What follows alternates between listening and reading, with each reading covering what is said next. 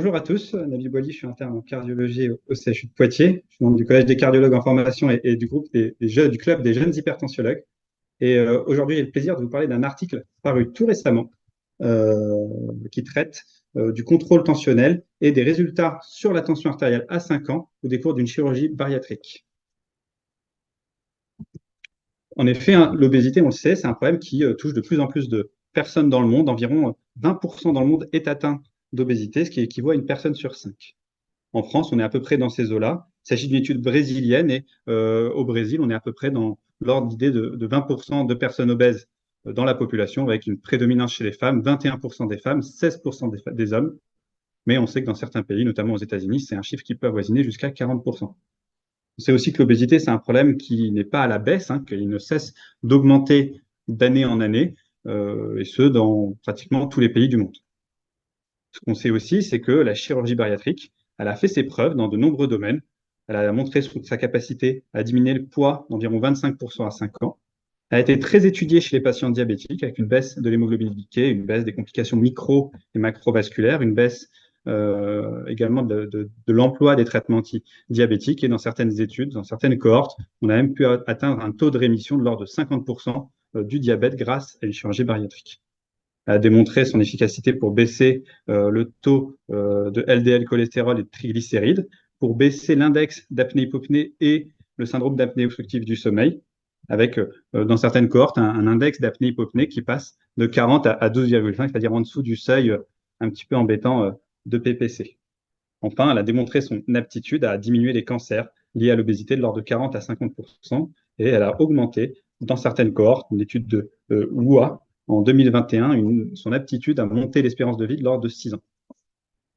Ce qui concerne la tension artérielle, en réalité, on a peu de données et souvent les études sur la tension artérielle elles sont dans des populations diabétiques. C'est vraiment le patient diabétique qui a le plus été étudié dans le cadre de la chirurgie bariatrique. Alors pour ma part, hein, j'ai dû revoir un petit peu quelles étaient les différentes techniques de chirurgie bariatrique. Juste en un mot, pour avoir un ordre d'idée, on a la technique un petit peu historique qui est l'anneau gastrique, qui était une technique réversible et qui permettait de réduire le poids de cette manière. Mais actuellement, les deux techniques les plus utilisées en France sont ce qu'on appelle le bypass gastrique, dans lequel on va faire un montage entre le bas œsophage, un bout du manchon de l'estomac et l'intestin, avec un montage en Y qui permet sur le raccordement d'avoir le passage des produits biliaires dans les voies intestinales. Donc ça, c'est ce qu'on appelle le bypass gastrique en Y avec la méthode de Roux. Et la deuxième méthode, c'est la sleeve ou la gastrectomie, durant laquelle on retire la moitié de l'estomac. On laisse un manchon qui fait l'équivalent de 150 cc au lieu d'un estomac de 1 litre à 1,5 litre. Ce sont un peu les trois grandes techniques utilisées en chirurgie bariatrique qui sont de plus en plus utilisées. On voit que depuis 2010, on a une explosion en France du recours à cette technique avec effectivement une petite baisse sur la période Covid, dans le contexte où c'est quand même une hospitalisation qui est programmée. Mais toujours est-il que ça touche énormément de monde et en France, c'est essentiellement la sleeve, 2 fois sur 3, c'est une sleeve, alors qu'une fois sur 3, la chirurgie bariatrique qui sera utilisée sera le bypass gastrique. Donc, l'objectif de cette étude, qui s'appelle Gateway, ça va être d'évaluer l'efficacité de cette chirurgie bariatrique à 5 ans sur l'hypertension artérielle dans une population de patients obèses. On va le voir qu'ils sont très sélectionnés. Et donc, en termes de chirurgie bariatrique, c'est une méthode chirurgicale qui va être étudiée, c'est le bypass gastrique en Y. Le critère de jugement principal qui va être utilisé, c'est la réduction du nombre de traitements antihypertenseurs d'au moins 30%.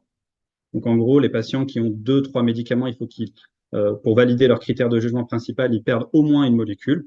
Et pour les patients qui ont 4 médicaments, par exemple, c'est une diminution d'au moins 2 drogues antihypertensives, avec un contrôle tensionnel, c'est-à-dire une pression artérielle au cabinet à moins de 140/90.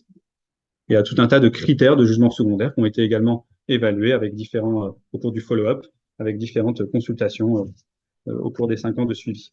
Globalement, ce qui était évalué, c'était le nombre total de médicaments antihypertenseurs, la rémission de l'HTA, qui était définie comme le fait d'avoir une pression artérielle à moins de 140/90 sans aucun médicament.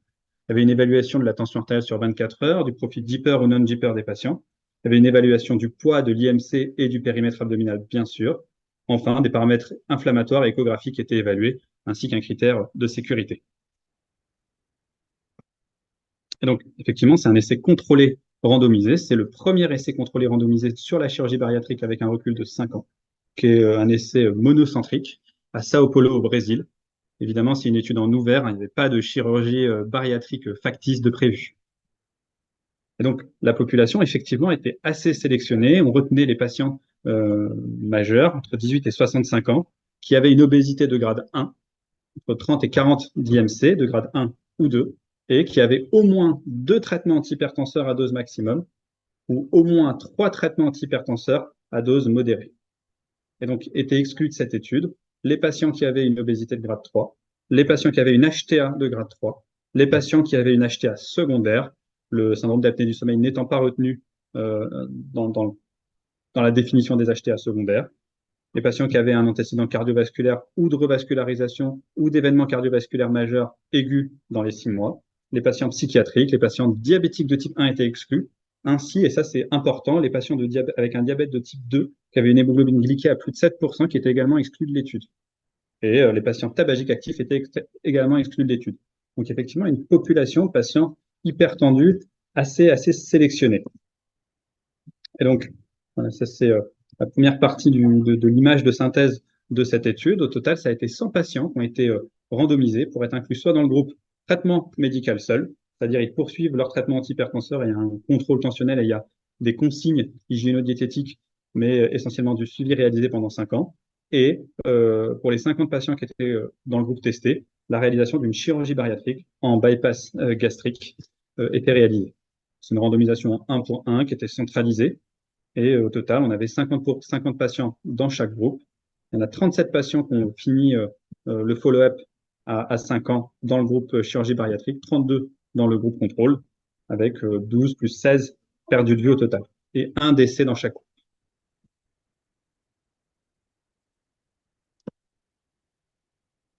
Si on s'intéresse un peu aux caractéristiques des patients à baseline, on a essentiellement des femmes, 76% du temps, à la fois parce que c'est plus fréquent chez les femmes, mais aussi pour des raisons sociologiques probablement. On a des patients qui avaient en moyenne une hypertension artérielle depuis 10 ans, 21% d'anciens fumeurs, puisqu'on sait les tabagiques actifs étaient exclus de l'étude, 36% de dyslipidémiques, alors on avait seulement 8% de diabétiques, et donc c'est en ça que c'est une cohorte un peu différente de la plupart des cohortes de chirurgie bariatrique, puisqu'on a retenu que les patients qui avaient une hémoglobine glyquée à moins de 7%, et 20% de ces patients avaient une apnée obstructive du sommeil. Et si on s'intéresse aux résultats de cette étude, eh bien, on observe que chez les patients qui ont eu un bypass gastrique, en moyenne, 80% d'entre eux avaient une baisse d'au moins de 30% de leur traitement antihypertenseur. Alors que ce chiffre, il était seulement de 14% dans le groupe contrôle, ce qui fait un risque relatif environ à 6. Ce qu'on remarque aussi sur le graphique que vous pouvez voir à droite, c'est que effectivement, dans le groupe bypass gastrique, à la fin, à 5 ans, on a 47% des patients qui n'ont plus de traitement antihypertenseur, qui ont 0 traitement antihypertenseur, qui sont considérés en rémission. Alors que dans le groupe contrôle, seulement 2% de ces patients étaient considérés en rémission, qui était à peu près 23 fois plus dans le groupe testé.